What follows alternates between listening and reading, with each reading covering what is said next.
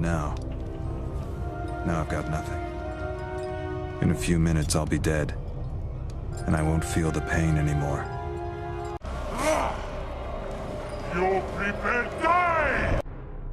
It will all be over soon. Soon enough. Welcome to our review of Inversion for the Xbox 360 and PlayStation 3.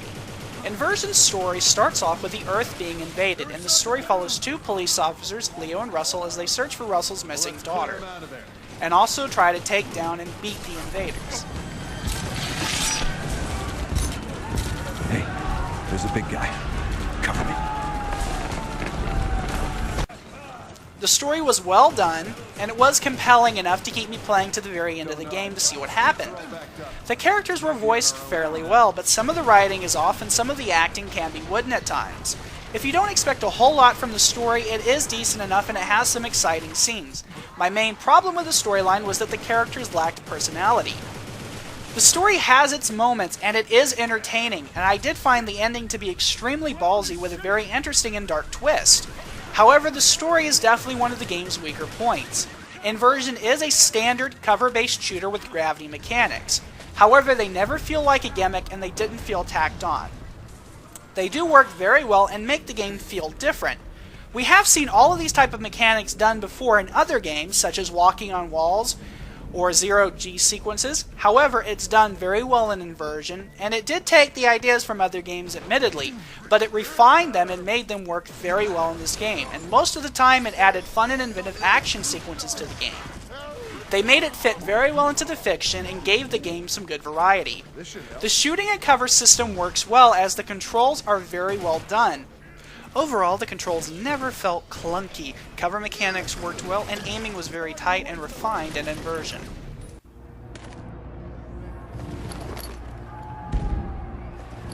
Never seen a gun like this before. Who the hell would need guns like this? The guns feel great for the most part and sound great, and the aiming is pretty tight in the game. The game has a faster pace than some other cover-based shooters. You can run and gun, which is fairly intense. Frankly, the firefights were just fun and inventive to play. Also, it's always fun to blow someone's head off, which happens frequently in Inversion. Combat looks very fluid and works well. It's intense and very cinematic with well-designed set pieces and action sequences. Mainly, I just found combat to be pure fun. The game's levels are well designed and fun to fight in.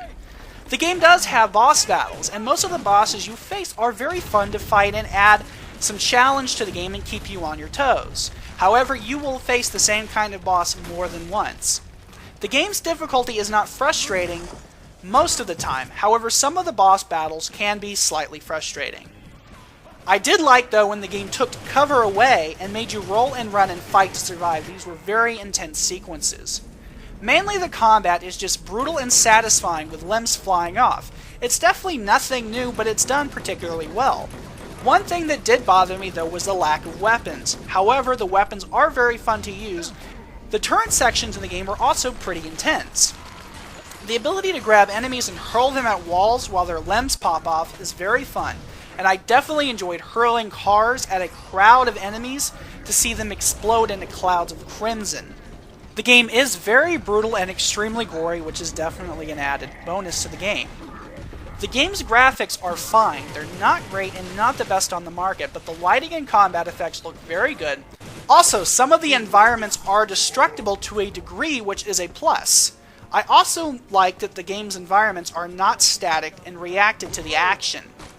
While the game may look a bit generic in terms of enemy design and locales, for some reason I really enjoyed the visual style of the game. I definitely enjoyed the color palette as it's different from most games on the market today. Overall, it is not a bad game. In fact, it's very far from being a bad video game.